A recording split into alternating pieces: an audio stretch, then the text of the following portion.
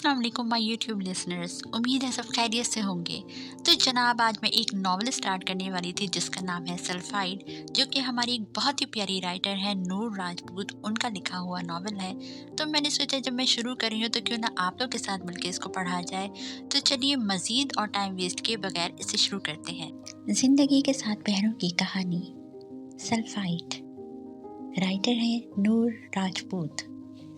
इंतसाब, हर उस शख्स के नाम जिसके अंदर एक सल्फाइड छुपा बैठा है, जो उसे बेचैन किए रखता है, जो उसे सोच के जंगलों बयाबानों में भटकाए रखता है, जिसे दुनिया समझ नहीं पाती और फिर वो अपनी एक अलग दुनिया बसा लेता है।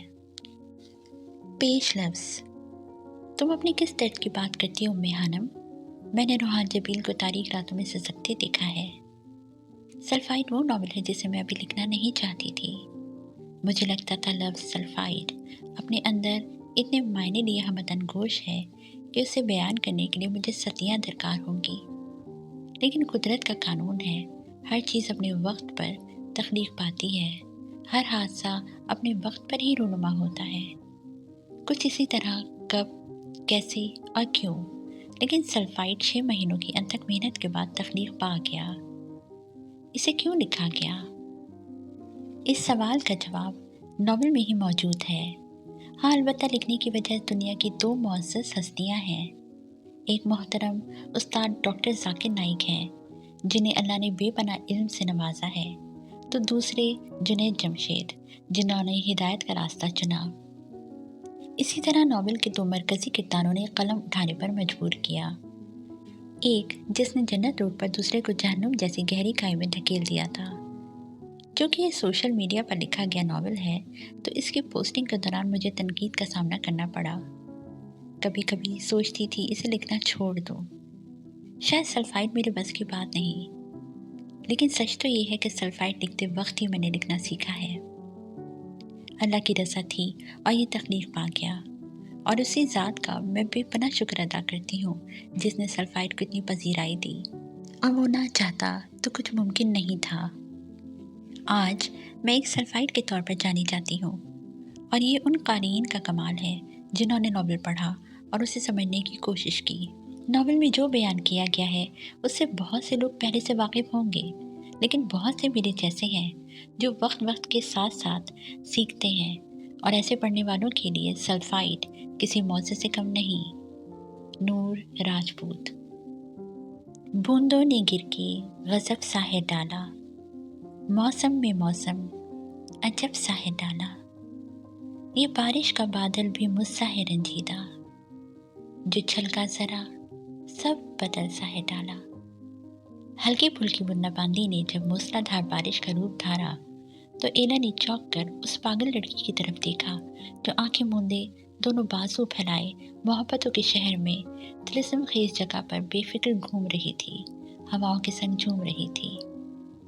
माही, एला ने जो शान शौकत और पुरस्कार अंदाज में खड़े एफल टावर, जिसे दुनिया का खूबसूरत तरीन टावर होने का एहसास है, उसकी खूबसूरती को कैमरे की आंख में कैद करने में महव थी, आखिरी सी कोशिश करते हुए उसे पुकारा, माही बस भी करो अब, और कितना इंतज़ार करोगी? देखो बारिश तेज़ हो रही है, हमें चलना चाहिए। किसी भी खतरे के पेश नज़र वो पहले से उसे वार्न कर रही थी, मगर वो सब चीज़ों से बेगाना अपनी धुन में सर धुंधी बारिश से लुत्फ़अंदोज़ हो रही थी। इला ने करीब जाकर छाता उसके ऊपर किया, जो लापरवाही से भीग रही थी। कुछ लम्हात यूं ही गुजर गए। बारिश की बूंदें चेहरे पर ना पाकर माही ने आंखें खोली, ऊपर की जानिब सर को जुम्बिश दी और छाते को देखकर बुरा सा मुंह बनाया। बस कर जाओ माही, पागलपन की भी कोई हद होती है, इला ने डिपटा। तुम्हें पता है इला, आज 2 नवंबर है, ये मेरे लिए बहुत ख़ास दिन है। यही वो दिन है जब मुझे वो शख्स पहली बार यहाँ इसी जगह मिला था, माही ने एक जज्ब से कहा। और तुम पिछले 3 सालों से लगातार यहाँ तशरीफ़ ला रही हो, वो दोबारा मिला क्या? ईला ने माही का हाथ पकड़कर अब बाकायदा चलना शुरू कर दिया था, जबकि साथ साथ वो अपनी नाराज़गी और गुस्से का इजहार कर रही थी। रुको ईला, अभी सिर्फ शाम के 4 ही तो बजे हैं, मैं मज़ीद उस दुश्मनी जहाँ का इंतज़ार करना चाहती हूँ, कुछ लम्हात उसकी याद के नाम करना चाहती हूँ। उसने कहा था मैं इसी जगह मिलूंगा दोबारा। पागल मत बनो माही, मैं मज़ीद तुम्हारी बकवास बर्दाश्त नहीं कर सकती, इला ने गुस्सीले लहजे में डिपटा। सर्दी की बारिश में भीगने की वजह से माही के खूबसूरत गुलाबी लब अब नीले पड़ने लगे थे। एला उसकी कपकपाहट वाज़े तौर पे महसूस कर चुकी थी, जो ठंड के बायस कपकपा रहे थे। लेकिन एकदम चुप, तुम्हारी आवाज़ ना आए, वो कुछ कहना चाहती थी, मगर एला ने सख्ती से खामोश रहने का इंदिया देकर उसका हाथ थामे तेजी से गाड़ी की जानिब रवा थी। माही ने अलविदाई नज़र पुरशिकवा टावर पर डाली। उसकी आंखों में शिकवा उभरा। आज फिर वो नहीं आया। जैसे जैसे वो इस जगह से दूर जा रही थी, उसे महसूस हो रहा था वो बहुत कुछ पीछे छोड़ रही हो। एक शिद्दत से वो गुजरी मंजिल की जानिब नजरें मरकूज किए हुए थी, शायद कहीं से एक बार उसे नजर आ जाए, पर इस ख्वाहिश की तकमील ना हुई। उसका दिल हमेशा की तरह अफसुर्दा था और डूब रहा था। वो लंबे कड़े इंतजार के बाद भी नजर ना आ सका। गाड़ी के पास पहुंचते ही एला ने उसकी तरफ का दरवाजा खोला और अंदर बिठाया। ये तो तय है, मुझे उसका एक लंबा इंतजार करना है। आंखें छलकने को तैयार थी। अपना वो दीदार मयस्सर है, ना कुर्बत ना सुखन, एक जुदाई है जो तकदीर हुए जाती है। माही ने एक बार फिर से आबोताब से बारिश में नहाते टावर को देखते हुए दिल की गहराइयों से सोचा। इससे पहले कि वो मजीद कुछ सोचती, एला जन से गाड़ी आगे की जानिब बढ़ा चुकी थी। रात का ना जाने वो कौन सा पहर था। हवा में खून की बहुत ज्यादा बढ़ चुकी थी। आरामदेह बिस्तर, पुरसुकून नींद के ज़ेरे असर नजर आने वाला वो शख्स एक झटके से उठ बैठा था। कुछ ऐसे हादसे भी जिंदगी में होते हैं कि इंसान बच तो जाता है मगर जिंदा नहीं रहता। लैम्प की मध्यम रोशनी में चेहरे पर पसीने की ननी ननी बूंदें वाज़ेह थी। देखते ही देखते असियत की एक लहर उस शख्स के चेहरे पर फैल गई। हवास बहाल होने पर उसने गुस्से से साइड टेबल पर रखा लैंप हाथ बढ़ाकर नीचे गिरा दिया। सिसकियों की आवाज़ वाज़ेह सुनाई दे रही थी और ये आवाज़ उसकी रूह को किसी तलवार की तरह जख्मी कर रही थी। बिलाखिर उसकी बर्दाश्त जवाब दे गई। Shut up, just shut up, वो बेबसी से चिल्लाया। वो दोनों हाथ कानों पर रखकर उस आवाज़ से बचना चाह रहा था, लेकिन शायद किसी ने रोने की कसम खा रखी थी। ऐसा पहली बार नहीं हुआ था। पिछले 3 सालों में एक भी दिन ऐसा नहीं गुजरा था जब उसकी आवाज़ ने उसका पीछा न किया हो। एक भी रात वो सुकून से नहीं सो पाया था और फिर एक झटके से वो उठा। अब उसका रुख उस शफीक हस्ती के कमरे की जानिब था जिसकी आगोश उसे सुकून पहुंचाती थी। अपने मतलूबा कमरे के बाहर पहुंचने के बाद उसने दरवाजे पर दस्तक दी। वो जानता था अंदर वो शफीक हस्ती जाग रही होंगी। आ जाओ, दस्तक पर अंदर से आवाज़ उभरी थी। वो झटके से दरवाज़ा खोलकर अंदर दाखिल हुआ। सामने वो हस्ती अपने बिस्तर पर बैठी सूरह यासीन की तिलावत कर रही थी। बीजान, वो तड़प कर उनकी तरफ बढ़ा। बीजान ने सूरह यासीन को अकीदत से छूमकर साइड टेबल पर रखे ऊंचे ताक पर रखा। शाह बेटा, तुम सब खैरियत तो है ना? बीजान के चेहरे पर परेशानी उभरी। वो कुछ कहना चाहता था, लेकिन आंसुओं का एक गोला सा उसके गले में अटक गया था। वो आगे बढ़कर बीजान की गोद में सरक कर लेट गया। आज फिर कोई बुरा ख्वाब देखा क्या? बीजान प्यार भरे लहजे में पूछ रही थी और साथ साथ उसके बालों में उंगलियां भी फेर रही थी। जाने दो आंसू कैसे उसकी आंखों से फिसल कर बीजान की गोद में जज्ब हो गए थे। कोई इतना कैसे रो सकता है बीजान, कैसे? वो अजीज से 2-4 लहजे में पूछ रहा था। बीजान ने उसकी बात पर एक गहरा सांस लिया। कोई 3 सालों से लगातार रो रहा है बीजान। एक भी रात वो चुप नहीं हुआ। कोई इतना कैसे रो सकता है? बीजान का कलेजा जैसे अपने बेटे की बात पर छलनी सा हो गया था। क्या वो शख्स थकता नहीं बीजान? कहाँ से आते हैं उसके पास इतने आंसू? वो चुप क्यों नहीं होता बीजान? कोई इतना कैसे रो सकता है? वो बार बार एक ही सवाल दोहरा रहा था। जख्म इतना गहरा दिया है तुमने बेटा, इतना गहरा जख्म कि तुम सोच भी नहीं सकते। बीजान ने कहने के बाद उसके सर पर फूंक मारी, जैसे सारे बलाएं टालना चाहती हूँ। उससे कह दे कि वो चुप कर जाए बीबी जान, चुप कर जाए, खुदा का वास्ता है, वो कह रहा था और बीजान नम आंखें लिए सुन रही थी। कितनी ही देर वो यही अल्फाज दोहराता रहा और फिर थक हार कर शायद उस सुकून के बायस जो बीजान की गोद में मिला था, वो एक बार फिर नींद की आगोश में जा चुका था।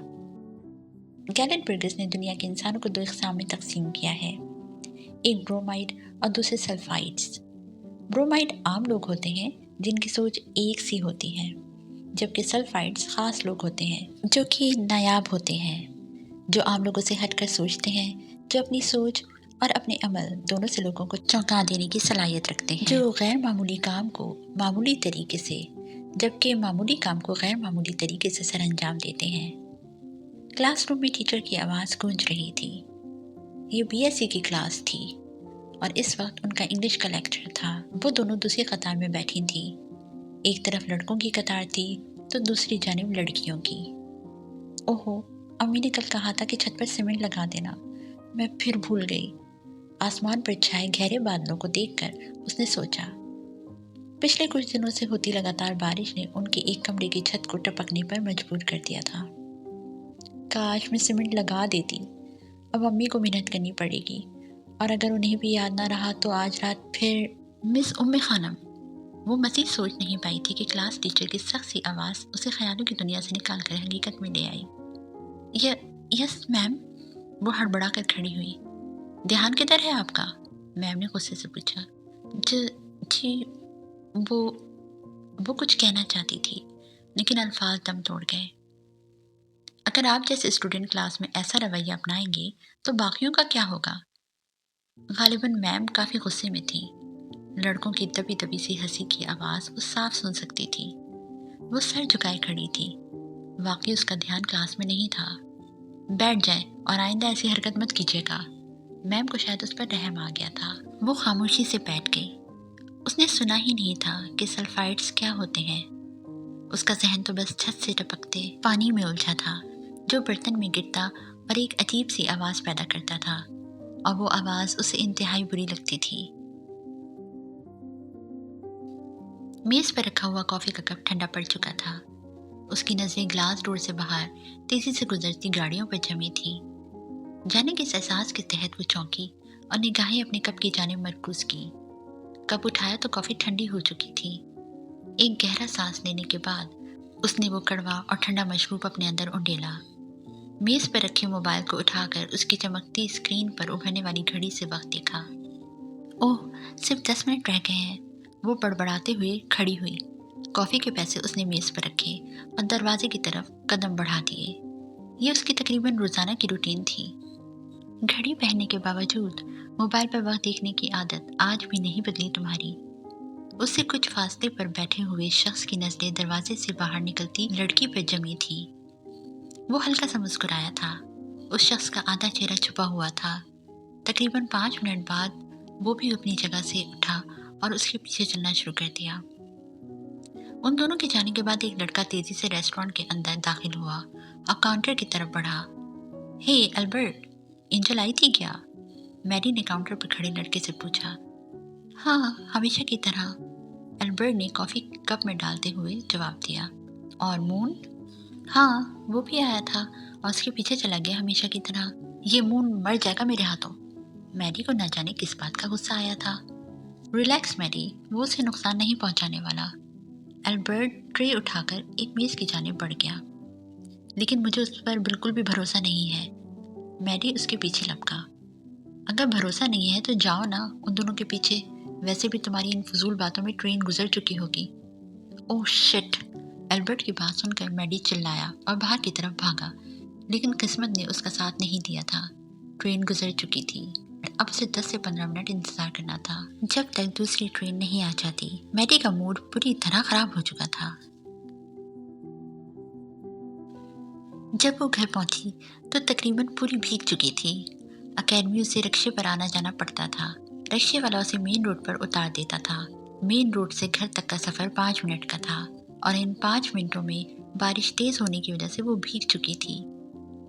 کتنی بار کہا ہے کہ رکشے والے سے کہہ کر گھر تک رکشہ لے آیا کرو، اپنے گھر کے سامنے اترا کرو، آسیہ بیگم نے اپنی بیٹی سے کہا، جو ہمیشہ ان کی بات ایک کان سے سن کر دوسرے سے نکال دیتی تھی۔ اماں، رکشے والا پیسے زیادہ مانگتا ہے، 5 منٹ کے سفر کے لیے میں اسے زیادہ پیسے ہرگز نہیں دے سکتی۔ وہ تولیے سے بال صاف کرتے ہوئے بڑبڑائی۔ وہ تو ٹھیک ہے، لیکن کبھی کبھی حالات کو بھی دیکھ لینا چاہیے نا۔ آج موسم خراب تھا، اتنی تیز بارش تھی، آج تو رکشے پر ہی دروازے تک آ جاتی نا۔ کیا مجھے کھانا ملے گا؟ وہ اپنی ماں کی بات مکمل نظر انداز کر گئی تھی۔ آسیہ بیگم نے اس کی بات سن کر سر جھٹکا۔ वो अच्छी तरह जानती थी कि उनकी बेटी हमेशा अपनी मनमानी करती थी। कपड़े बदल लो, मैं खाना गर्म करके लाती हूँ। आसिया बेगम बरामदे से मुलाकात छोटे से किचन में चली गई थी, जबकि वो कमरे की तरफ बढ़ गई। माहम और जवाद कहाँ है? नजर नहीं आ रहे। घर में छाई खामोशी को महसूस करके उसे अपने दोनों छोटे बहन भाई याद आ गए थे। छत पर है, किचन की छत टपक रही थी तो सीमेंट लगा रहे हैं दोनों। भाई साहब पैसे दे देते तो मुरम्मत ही करवा लेती मकानों की, लेकिन जो अल्लाह को मंजूर। आसिया बेगम ने एक गहरी सांस लेते हुए जवाब दिया और खाना बरामदे में बिछी चारपाई पर रख दिया। मुझे नहीं लगता अम्मी कि वो हमें पैसे देंगे। लोग यतीमों और गरीबों का हक बहुत आसानी से और बिना खौफ के मार लेते हैं। वो पैसों के जिक्र पर सख्त बदमजा हुई थी। अच्छा तुम खाना खा लो, मैं जरा उन दोनों को देख लूँ, भीग रहे होंगे ऊपर। आप रहने दे अम्मी, मैं देख लूंगी खाने के बाद। आप बस आवाज़ देकर दोनों को नीचे बुला लें। वो कहकर खाने की तरफ मुतवज्जो हो चुकी थी। अलबत्ता जहन बुरी तरह इंतशार का शिकार था। शोर की आवाज़ पर वो चौंकी, जो गहरे ख्यालों में खोई थी। उसके बिल्कुल सामने बैठे लड़के का बैग नीचे गिर गया था। ट्रेन की रफ्तार आहिस्ता हुई। Many love valley station. वो एकदम सीधी हुई। उसका स्टेशन आ गया था। अगर वो ऐसे ही ख्यालों में खोई रहती तो शायद स्टेशन गुजर जाता। उसने मुस्कुराकर अपने सामने बैठे कम उम्र लड़के को देखा और आंखों से ही शुक्रिया अदा किया और फिर ट्रेन रुकने पर वो निकल आई। उसके बिल्कुल सामने वो गांव था। हाँ, डिज्नी विलेज, जिससे एक मिनट के फासले पर डिज्नीलैंड था। शहजादियों और परियों का देश उसके लिए आज भी वैसा ही था। बहुत से लोग ट्रेन से उतरे थे और अब उनका रुख डिज्नीलैंड की तरफ था। थैंक्स बेटी। ट्रेन से बाहर निकलते हुए उस आधे छुपे चेहरे वाले शख्स ने सीट पर बैठे उस लड़के से कहा, जिसने जानबूझकर उसके इशारे पर अपना बैग नीचे गिराया था। अब उसकी निगाहें एंजल को ढूंढ रही थी, जो लोगों के हुजूम में कहीं खो सी गई थी। वो थोड़ा सा बेचैन हुआ, फिर उसे एक तरफ वो नजर आ गई थी। हाँ वही, एंजल। एंजल को देखते ही उसके चेहरे पर सुकून फैल गया और अब थोड़ा सा फासला रखकर वो उसके पीछे पीछे चल पड़ा था। सुन रहा है ना तू, रो रहा हूँ मैं, सुन रहा है ना तू। माहम टीवी की आवाज़ कम कर लो, कब से कह रही हूँ। वो अपनी किताबें फैलाए बैठी थी। मुसलसल आने वाली गाने की आवाज़ उसकी तवज्जो अपनी जानिब खींच रही थी। अरे हानी, ज़रा आकर देखो, आज आरजे का शो है, कसम से कमाल लग रहा है। माहम ने आवाज़ क्या कम करनी थी बल्कि बाकायदा चिल्ला कर कहा। हाँ आनी आपी, बहुत अच्छा लगता है मुझे भी आरजे। जवाद ने भी माहम की पैरवी की। आज की 2 वाला आरजे, उफ, तौबा, ज़रा नहीं पसंद मुझे, ना ये फिल्म, ना इसके गाने और ना ये हीरो। और अगर अब तुम लोगों ने आवाज़ कम ना की तो मैं अम्मी से कह दूंगी। वो जाने क्यों गुस्सा करने लगी थी। शायद हालात ने उसे चिड़चिड़ा बना दिया था। नहीं, ये वो आरजे नहीं है, ये तो पाकिस्तान का मशहूर। बुलाऊं अम्मी को? हानी ने माहम की बात काट कर धमकी दी तो वो मुंह बनाकर आवाज़ कम करने लग गई। हाय, कितना अच्छा गाता है ना ये, काश मैं बड़ा होकर ऐसा बन जाऊं। जवाद के लहजे में हसरत थी। वो छोटा सा बच्चा जाने कब स्क्रीन पर गिटार पकड़े गाते हुए लड़के का फैन बन चुका था। उसे खुद भी मालूम नहीं था। कल रात मौलाना साहब की रूह परवास कर गई। हानी की नज़र सामने रखी अखबार पर पड़ी थी। उसके दिमाग ने लफ्ज़ रूह को बहुत बुरी तरह से कैप्चर किया था। रूह, रूह, वो हौले से बड़बड़ाई। रूह क्या है? एक सादा से सवाल ने उसके दिमाग में जन्म लिया। उसका जहन अटका। वो सोचती रही लेकिन कोई सिरा ना पकड़ पाई। थक आकर उसने किताबें उठाकर एक तरफ रखी और लेट गई। उसका जहन आजकल पढ़ाई में नहीं लग रहा था। अजीब व गरीब सोचों ने उसके दिमाग को घिरा हुआ था। तुम लोग कभी पढ़ भी लिया करो, हर वक्त टीवी में घुसे रहते हो। हानी ने अपने दोनों बहन भाइयों की तरफ देखते हुए कहा, जो उससे कुछ फासले पर नजरें टीवी पर जमाए बैठे थे। हमें किताबी कीड़ा नहीं बनना, क्यों जवाद? माहम ने जवाद की तरफ देखते हुए पूछा। वो भी मुस्कुरा दिया था, जबकि हानी ने अफसोस से सर हिलाया। ये थी उम्मे हानम उर्फ हानी, जो बीएससी साल 2 की तालिबा थी, जिसकी कुल कायनात उसकी माँ और 2 बहन भाई थे। माहम हानी से 2 साल छोटी थी, जो सेकंड ईयर में थी, और जवाद माहम से 4 साल छोटा था। अफसार साहब, जो कि हानी के वालिद थे, 7 साल पहले ही दुनिया से रुखसत हो गए थे। वक्त और हालात ने उसे उम्र से बड़ा बना दिया था। अलबत्ता माहम में अभी बचपना था। रूह क्या है? एक बार फिर उसका जहन उलझा। बिल आखिर वो उठकर कमरे से बाहर निकल गई थी। तेरे संग गुजर जाए ये उम्र जो बाकी है, हंस दो न जरा खुलकर, काहे की उदासी है। दरवाजे से बाहर निकलते वक्त उसकी समाज से गाने की आवाज़ टकराई। आवाज़ अच्छी थी, लेकिन वो चाहने के बावजूद वापस पलट कर टीवी पर नजर आते उस आरजे को नहीं देख पाई थी। खामोशी से वो सहन की तरफ बढ़ गई थी, जहाँ ठंडी हवा ने उसका इस्तेकबाल किया था। उसे रोजाना रात को सहन में टहलने की आदत थी, और आज तो फिर ठंडी हवाएं उसे सुकून बख्श रही थी। आंख में आंसू नहीं, पर रुलाता है बहुत। वो दिसंबर, हर दिसंबर याद आता है बहुत। साथ मेरे भीगता है बारिशों में बैठकर, याद के सारे दरीचे खोल जाता है बहुत। रोंदता है ये जहां की सारी दीवारें खड़ी, 2 कदम पर लाकर उसको आजमाता है बहुत।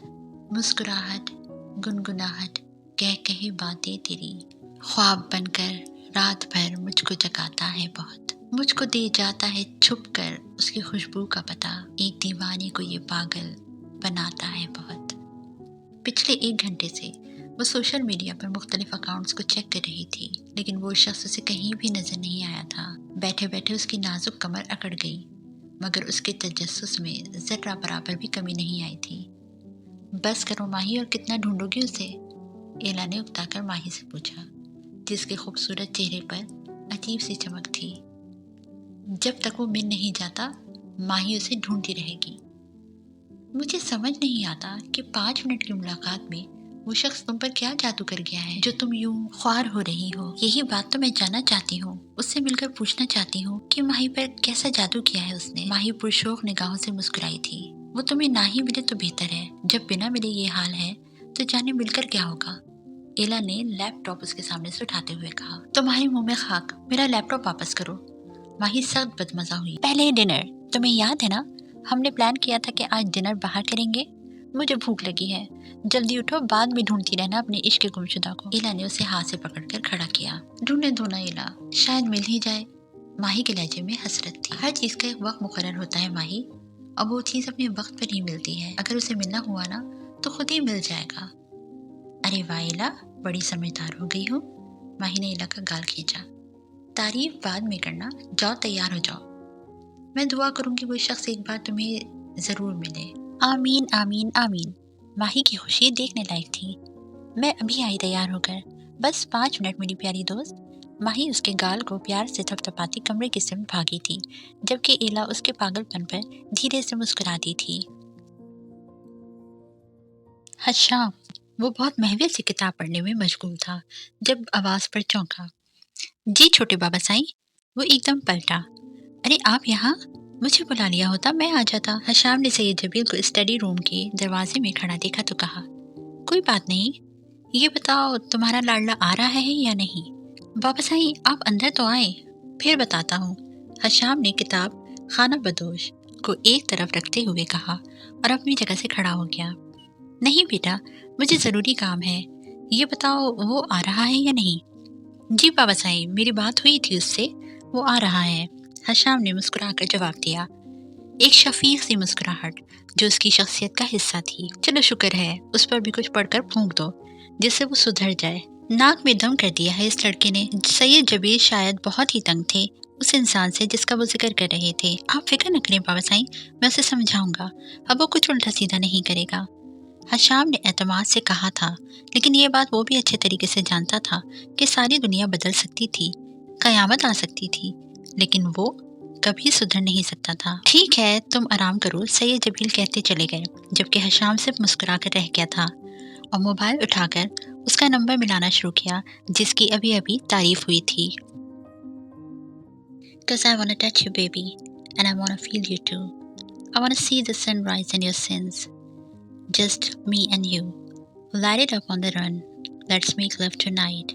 Make it up fall in love. गाड़ी में म्यूजिक की आवाज़ कानों के पर्दे फाड़ देने के बराबर थी, लेकिन वो आराम से ड्राइविंग करने के साथ साथ गुनगुना भी रहा था। हे विकी, उसने आवाज़ कम करते हुए पिछली सीट पर दराज मिकी को पुकारा।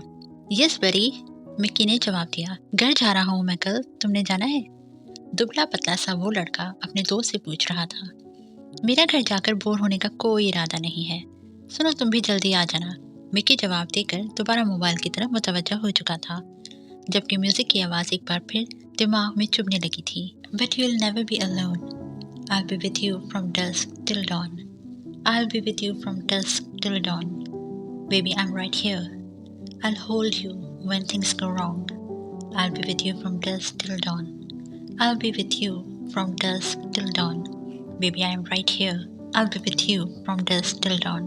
Baby, I'm right here. उसने गाड़ी सड़क के किनारे खड़ी की और सीट से टेक लगाकर आंखें बंद कर ली। 2 घंटे की परफॉर्मेंस के बाद वो थोड़ा सा थक गया था। जाने उसका दिमाग कहाँ पहुंचा हुआ था जब अचानक गाड़ी के शीशे पर किसी ने दस्तक दी। उसने झट से आंखें खोली।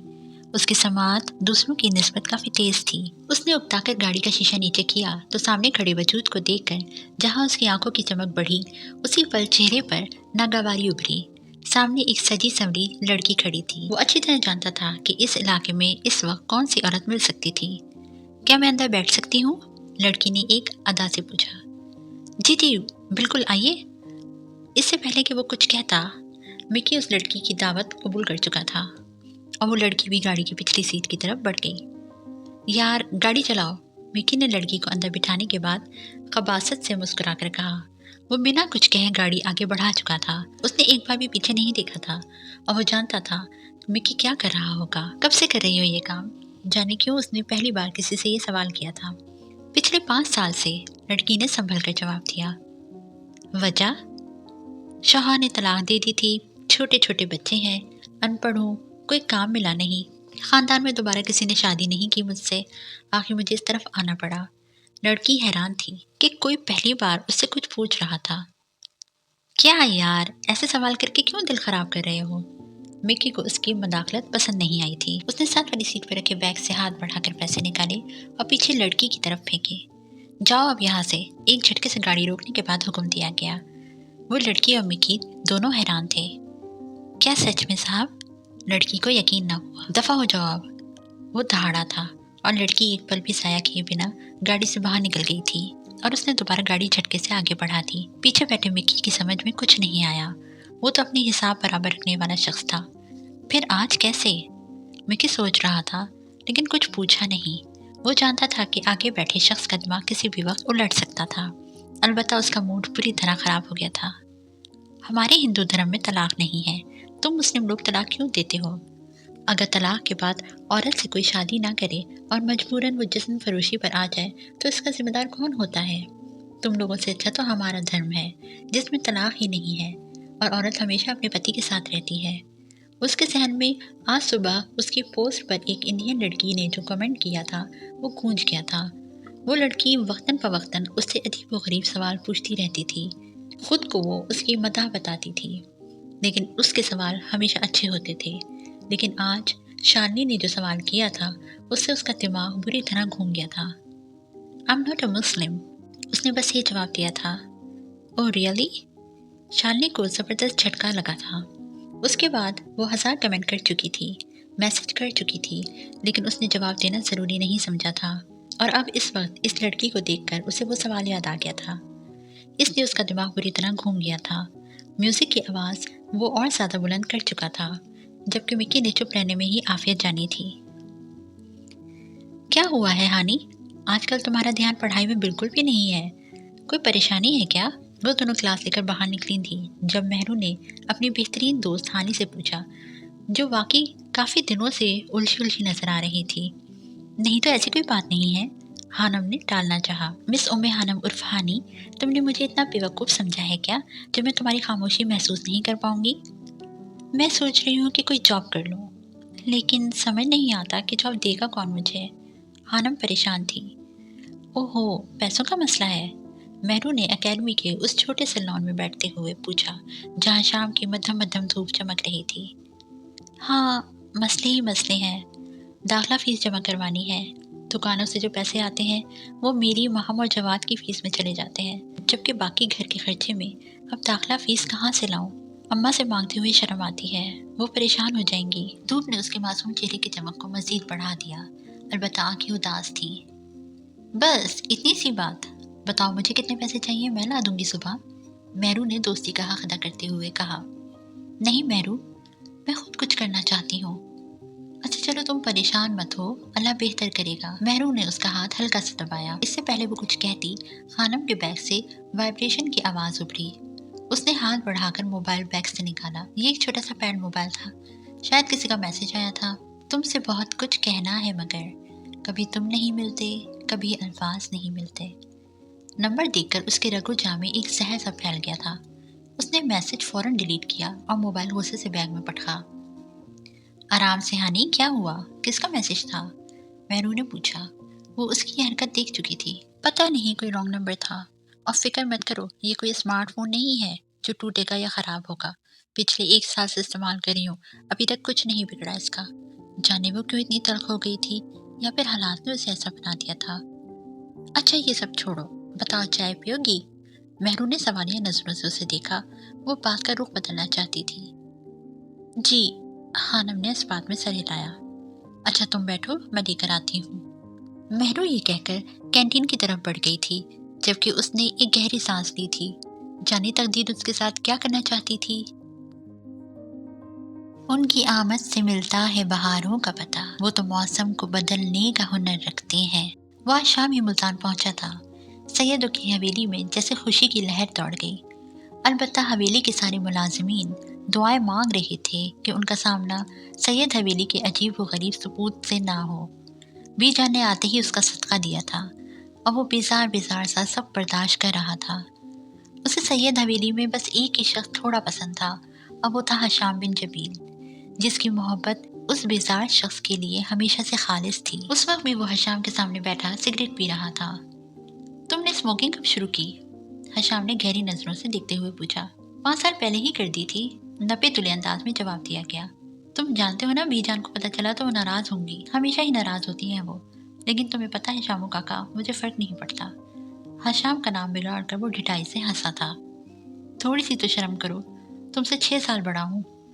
حشام کی بات پر اس کا چھت پھاڑ قہقہا گونجا تھا۔ سن کر اچھا لگا شامو کاکا، وہ بلا کا ڈھیٹ تھا۔ واپس کب جانا ہے؟ حشام نے دوبارہ پوچھا۔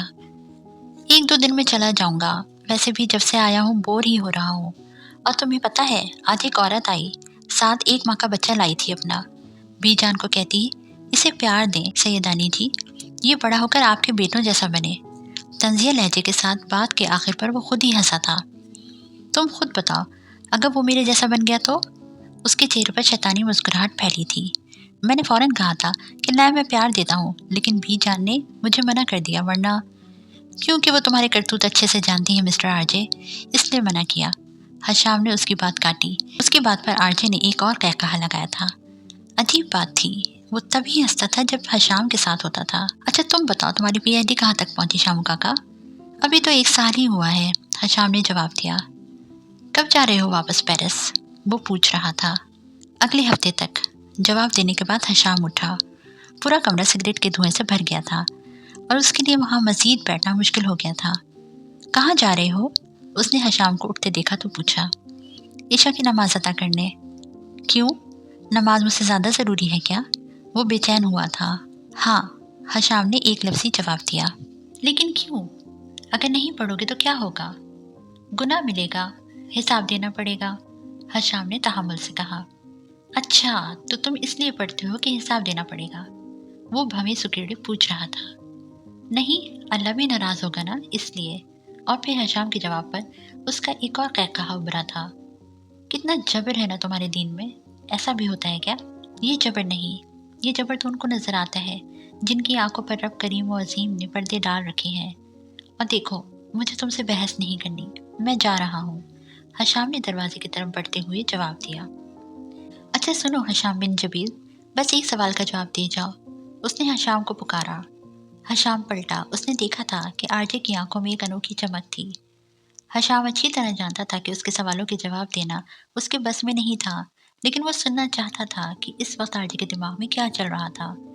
تم کہتے ہو کہ اللہ بہت بڑا ہے، وہ بے نیاز ہے، اسے کسی چیز سے فرق نہیں پڑتا، اس کے پاس انسانوں جیسے جذبات اور احساسات نہیں، پھر تمہاری نماز نہ پڑھنے پر وہ غصہ کیوں ہوگا، سزا کیوں دے گا؟ اس کی بات نہ ماننے پر وہ انسانوں کی طرح ریئیکٹ کیوں کرتا ہے؟ اس نے تمہیں پیدا کیا ہے، وہ کریٹر ہے، وہ بہت بڑا ہے، اسے تو انسانوں کی خوشی میں خوش ہونا چاہیے نا۔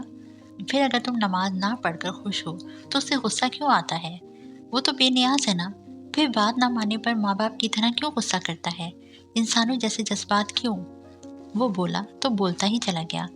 اس کے چہرے پر سنجیدگی چھائی تھی، البتہ آنکھوں کی چمک برقرار تھی، ایک ایسی چمک جو دیکھنے والے کو فنا کرنے کی صلاحیت رکھتی تھی۔ حشام لاجواب ہو چکا تھا۔ کیا کہتا وہ؟ اس کا سوال ہی ایسا تھا۔ وہ عالم نہیں تھا۔ تمہاری فضول باتوں کے لیے میرے پاس وقت نہیں، نماز سے دیر ہو رہی ہے، ورنہ اچھے سے بتاتا تمہیں۔ حشام کہہ کر رکا نہیں تھا، وہ دروازہ کھل کر باہر نکل گیا تھا، جبکہ پیچھے وہ پاگلوں کی طرح ہنس رہا تھا۔ بلڈی مسلمز، طنزیہ ہنسی۔ وہ پاگل تھا؟ کیا وہ سچ میں پاگل تھا؟ کیا ایسے سوالات کرنے والا شخص پاگل ہوتا ہے؟ نہیں، ہرگز نہیں۔ ایسے لوگ قابل رحم ہوتے ہیں۔ ہم ایسے لوگوں کو خود اسلام سے دور کر دیتے ہیں۔ اسلام میں سوال جواب کرنا گناہ نہیں، جبکہ ہم کسی بھی ایسے سوال کو بنا سنے، بنا سوچے، منقطی عالم و مفتی بن کر کسی کو بھی دائرہ اسلام سے نکال دینے کا فتویٰ صادر کرتے ہیں، جو کہ آج جیسے بھٹکے ہوئے شخص کو راہ راست پر لانے کے بجائے مزید باغی بنا دیتا ہے۔ انہیں اسلام سے دلی بغض ہو جاتا ہے اور وہ عجیب و غریب کیفیت کا شکار ہو جاتے ہیں، جو کہ ہمارا ذاتی قصور ہوتا ہے۔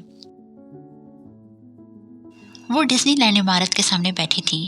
وہ تقریباً ہر ہفتے یہاں آتی تھی، لیکن اندر جو سلیپنگ بیوٹی شہزادی تھی اسے دیکھنے کی ہمت نہیں تھی۔ عمارت کے باہر بیٹھی رہتی اور پھر واپس پلٹ جاتی تھی۔ سینکڑوں لوگوں کے ہجوم میں وہ گم ہو جانا چاہتی تھی، لیکن ہوتی نہیں تھی۔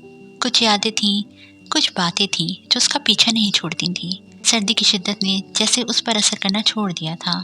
ٹھنڈی ہوائیں ہڈیوں میں چبھ رہی تھیں، لیکن وہ ساکن بیٹھی تھی۔ کندھوں پر بکھرے بال ہوا چلنے کے باعث اس کے چہرے کو چھو رہے تھے۔ سر پر اڑا ہوا اسکارف بھی اڑنے لگا تھا، لیکن شاید اسے کچھ محسوس ہی نہیں ہوتا تھا۔ ہیلو اینجل، اچانک اسے عقب سے آواز سنائی تھی۔ اس نے پلٹ کر دیکھا تو میڈی اپنی پوری بتیسی نکالے اس کے سامنے کھڑا تھا۔ میڈی، تم یہاں؟ وہ حیران ہوئی۔ ہاں، میں ادھر سے گزر رہا تھا تو سوچا تم سے مل لوں۔ وہ گھبراہٹ میں الٹا ہی بول گیا تھا۔ کیا واقعی؟ لیکن تم یہاں سے گزر کر کہاں جا رہے تھے؟ اور کیا میرا گھر یہاں پر ہے جو تم ملنے آئے ہو؟ نہیں، میڈی برا پھنسا تھا۔ بولو اب۔ اینجل نے اپنی مسکراہٹ چھپائی۔ میڈی اس کا کلاس فیلو تھا، لیکن تھوڑا پاگل تھا۔ اکثر اینجل کے چہرے پر مسکراہٹ کا باعث بنتا تھا۔ اچھا سنو، یہ سب چھوڑو، بتاؤ چائے پیو گی؟ میڈی نے بات بدلی۔ پی چکی ہوں۔ اچھا چلو، میں آئس کریم لے کر آتا ہوں، یہاں سے ہلنا مت۔ میڈی نے اسے ہدایت کی اور خود آئس کریم بار کی طرف بڑھ گیا تھا، جبکہ اینجل ایک گہری سانس لے کر رہ گئی تھی۔ اس نے رخ پلٹا تو ڈوبتے سورج کی کرنیں اس کے چہرے پر پڑی۔ چہرے کے خاص حصے پر کوئی چیز چمکی تھی، جیسے کوئی موتی، لیکن اسے احساس نہیں تھا کہ کسی شخص کی نگاہیں اس پر جمی تھیں، جو اس روشنی کو دیکھ کر جم سا گیا تھا۔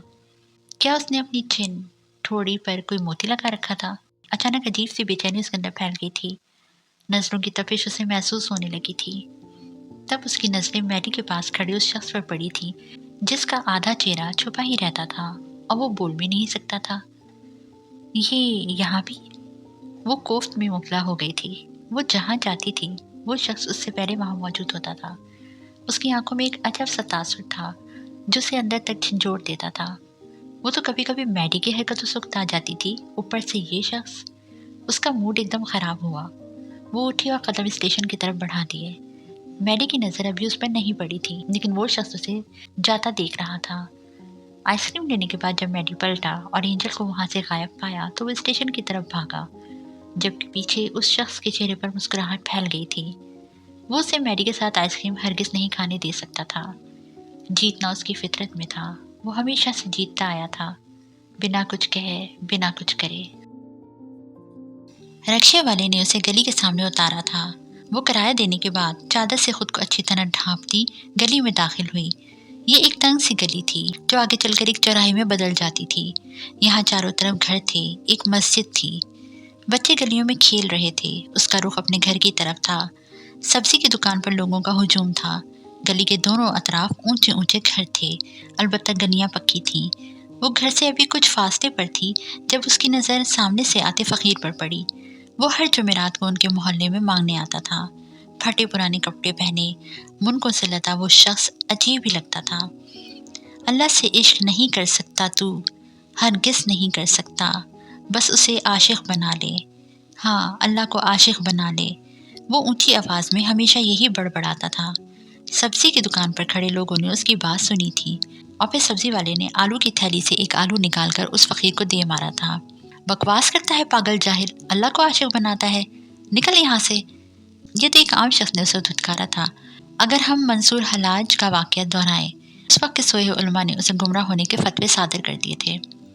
हुसैन बिन मंसूर हलाज ने अपनी ज़ात की नफ़ी की और अल्लाह के इश्क में मार्फत के बुलंद तरीन मकाम पर पहुँचकर अनल हक़ का नारा लगाकर खुदी के राज को फाश कर दिया। उलमा ज़ाहिर का दिल बेदार न था, इसलिए वो इल्म और इरफान के फ़र्क को परखने से माजूर रहे और हलाज को गुमराह कहकर सूली पर लटका दिया। हलाज ने सूली कबूल कर ली क्योंकि वो खुदा से मुलाकात का ज़रिया थी।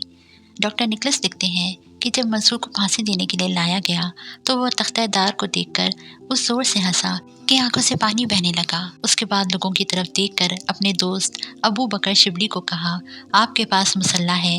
उन्होंने कहा हाँ। फिर मंसूर ने मुसल्ला बिछाकर 2 रकात नमाज अदा की, फिर उसे मसलूब कर दिया गया। इश्क हाजिर है सूली पे लटक जाने को, मौत से बढ़कर क्या सजा दोगे दीवाने को। बकौल अल्लामा इकबाल, मंसूर को हुआ लब गोया पयाम मौत, अब क्या किसी के इश्क का दावा करे कोई। मंसूर बिन हलाज रहमतुल्लाह अलैह कैदोबंद में थे तो इब्ने अता रहमतुल्लाह अलैह आए और कहा कि आपने जो कुछ कहा है उससे माजरत कर लें। हुसैन बिन मंसूर हलाज रहमतुल्लाह अलैह ने कहा, जिसने ये बात अनल हक़ कही हो उससे कहो कि माजरत कर ले। इस पर इब्ने अता रहमतुल्लाह अलैह रोने लगे। मौलाना रूमी रहमतुल्लाह अलैह मसनवी मानवी में लिखते हैं कि जिस तरह हुजूर अक़दस सल्लल्लाहु अलैहि वसल्लम का मुश्त खाक फेंकना जंग बदर में खुदा ताला का फेंकना था, इसी तरह मंसूर हल्लाज का अनल हक़ कहना दरअसल मंसूर रहमतुल्लाह अलैह की आवाज़ ना थी, बल्कि वो खुदा हकीकी की ज़ात की आवाज़ थी जिसमें मंसूर रहमतुल्लाह अलैह फना हो चुके थे। सूफिया का बयान है कि हज़रत मंसूर हल्लाज रहमतुल्लाह अलैह को इसलिए शहीद नहीं किया गया था कि वो हलूली थे, बल्कि इसलिए कि उन्होंने हक़ ताला का राज फाश कर दिया। हानम की आंखों में ये पड़ा हुआ वाक़या एक फिल्म के मानंद चलने लगा। उसे सब फिर से होता हुआ महसूस होने लगा था। हानम ने अपनी चीख रोकने के लिए मुंह पर हाथ रखा। उसे बुरा लगा था कि एक सब्जी फरोश ने फ़कीर को मारा। फ़कीर ने एक नज़र रुक कर उसे देखा था। घूरता क्या है, निकल यहाँ से और दोबारा यहाँ मत आना, दुकान पर खड़े लड़के ने कहा। फ़कीर फिर रुका नहीं। अल्लाह को आशिक बना लो की सदा लगाता वो आगे बढ़ने लगा था जब उसकी नज़र गली में खड़ी हानम पर पड़ी। फ़कीर ने गौर से उसे देखा था। उसके चेहरे पर चमकती खास चीज़ फ़कीर को ठिठका गई थी। इस चमक को छुपा ले, ये बहुत सौ को बर्बाद करेगी और बहुत सौ को आबाद। वो उसके सामने खड़ा होता चिल्लाया था। हानम डर कर पीछे हुई और फिर वो फ़कीर आगे बढ़ गया, जबकि वो धड़कते दिल के साथ कुछ भी समझे बिना घर की तरफ भागी। म्यूज़िक की बेहंगम आवाज़ ने बी जान को कुफ्र में मुब्तला किया था। थक हार कर उन्होंने आरजे के कमरे का रुख किया। दरवाजे पर बार बार दस्तक देने पर भी जब कोई जवाब ना आया तो वो अंदर दाखिल हुई। बेइख्तियार ही उन्होंने दोनों हाथ कानों पर रखे। वो ऊंची आवाज़ में म्यूज़िक लगाए सामने लगी स्क्रीन पर कोई मूवी देखने में मगन था। बी जान को हैरत हुई कि उसे म्यूज़िक की कान फाड़ देने वाली आवाज़ में मूवी की क्या समझ आ रही थी। अरे बी जान आप! अचानक उसने रिमोट उठाकर म्यूज़िक बंद किया। नज़रें अभी भी स्क्रीन पर जमी थी। बी जान को हैरत हुई थी कि इसे कैसे आने की खबर हुई। वो हमेशा ही ऐसे हैरान करता था।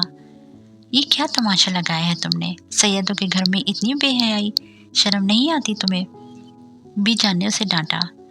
ओह बी जान, कौन सी बेहयाई? वो पुरसुकून सा पूछ रहा था, जबकि बी जान की नज़रें बेसाख्ता ही उसके कमरे की दीवारों की तरफ उठी, जिन पर लगी काबिल एतराज़ तस्वीर बेहयाई का मुँह बोलता सबूत थी।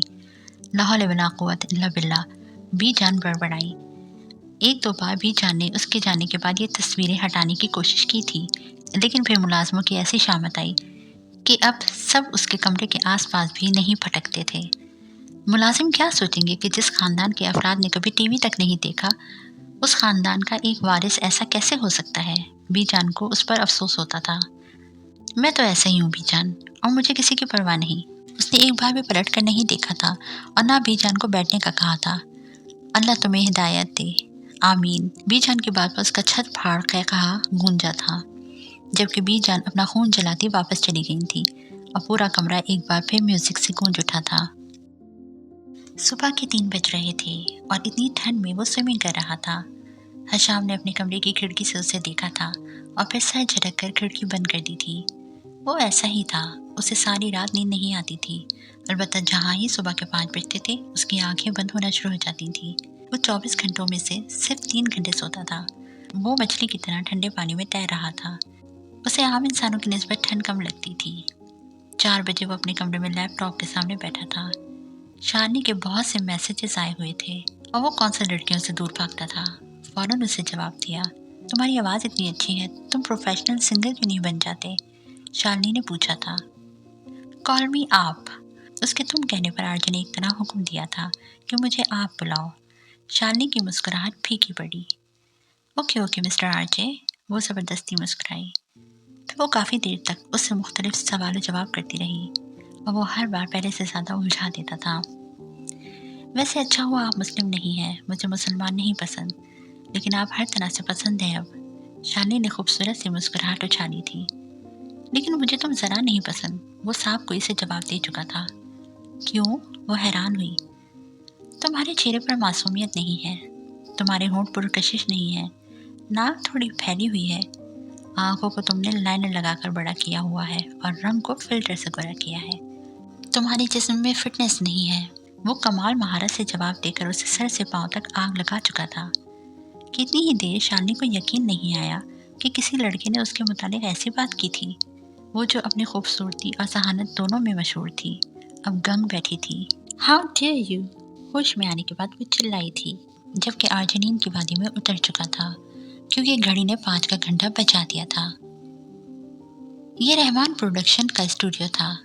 शानदार केबिन के अंदर मिस्टर रहमान अपनी कुर्सी पर बरजमान था। सामने टीवी पर किसी गुलकार की परफॉर्मेंस देख रहा था। सर, आरजे नौजवानों में बहुत मशहूर हो चुका है। उसकी फैन फॉलोइंग लाखों में पहुंच चुकी है। सेक्रेटरी ने अपने सामने बैठे मिस्टर रहमान से कहा, जो बहुत गौर से गाना गाते लड़के को देख रहा था। जानता हूँ, मिस्टर रहमान ने 2 लफ्ज़ी जवाब दिया। फिर क्या सोच रहे हैं आप सर? हम अपनी नई एल्बम मरजान के लिए इसे कास्ट कर सकते हैं। आवाज़ अच्छी है, दम भी है, लेकिन लड़के के पास जज्बात नहीं है। और तुम जानते हो, मुझे ऐसे गुलकार पसंद हैं जिनकी आवाज़ दिल से निकलती हो। जी सर। फिर अब? सेक्रेटरी ने पहलू बदला। फिर ये कि मैं अभी इसे कास्ट नहीं कर सकता। मैं इंतज़ार करूँगा तब तक, जब तक कि इसके अंदर जज्बात न जाग जाए। इसके दिल से निकली आवाज़ जब मेरे दिल पर लगेगी, मैं खुद जाऊँगा इसके पास, और तब तक मुझे इंतज़ार करना होगा। मिस्टर रहमान ने गौर से आरजे को देखते हुए कहा, ये तो तय है, जब तक हमारी आवाज़ दिल से ना निकले तासीर नहीं रखती। जज्बात की आवाज़ में एक अलग जादू होता है। मिस्टर रहमान ने अपना फैसला सुनाया तो सेक्रेटरी ने इस बात में सर हिला दिया। उसे आरजे बहुत पसंद था। वो चाहता था उनकी अगली एल्बम में वो काम करे, लेकिन शायद वो दोनों ये नहीं जानते थे कि आरजे के पास जज्बात नाम की चीज़ नहीं थी। अगर थी भी तो वो उसे कंट्रोल करना अच्छे से जानता था। अच्छे रहते हैं वो लोग जो अपने जज्बात को किसी के सामने अया नहीं होने देते, वरना ये दुनिया वाले जीने नहीं देते। अपने लाडले को अच्छे से समझा दे बीजान कि जब तक वो मुल्तान में है कोई ड्रामा ना करे।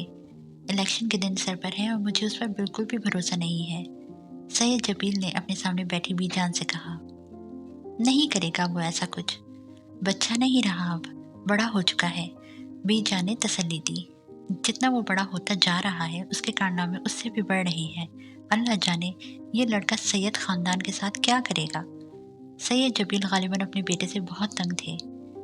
मैं हशाम से करती हूँ बात, वैसे भी कल वो वापस चला जाएगा, परेशान होने वाली क्या बात है। क्या पता वो जाते जाते कुछ कर जाए, फिर कोई उसकी पेशन गोई भी तो नहीं कर सकता। सैयद जबील ने उठते हुए अपनी चादर दुरुस्त की और कहते हुए बाहर की तरफ चले गए। सीढ़ियों पर खड़े आरजे ने अपने बाप की आवाज़ साफ सुनी थी और फिर उसके चेहरे पर पुरस्कार से मुस्कुराहट फैल गई, यानी पक्का वो कुछ करने वाला था। मेरे बस में हो तो कभी कहीं कोई शहर ऐसा बसाऊं मैं, जहाँ बर्फ बर्फ मोहब्बतों पे गमे जहाँ का असर ना हो। राहो रस्म दुनिया की बंदिशें गमे साथ के सभी साए के, सिमे कायनात की तलखियाँ किसी आँख को भी न छू सके। वो एक खूबसूरत दुनिया थी, जहाँ तक नजर जाती थी सफ़ेद बर्फ ने हर चीज़ को सफ़ेद बना दिया था। और इस सफ़ेद बर्फ की चादर के दरमियान खड़ी वो इमारत, हाँ वो शहजादियों के देश में आ गई थी। उसे यकीन नहीं हो रहा था कि वो वाकई वहाँ मौजूद थी। आसपास से गुजरते लोग जो अपने से ज़्यादा वजन के ऊनी कोट में मलबूस उसे अजीब सी तवानत बख्श रहे थे। उसने कदम बढ़ाए और इमारत की तरफ चलना शुरू किया। अभी वो कुछ फासले पर थी कि हानी, हानी आपी, उठ जाओ जल्दी। उसके नाम की पुकार कानों से टकराई। कोई उसे बुला रहा था।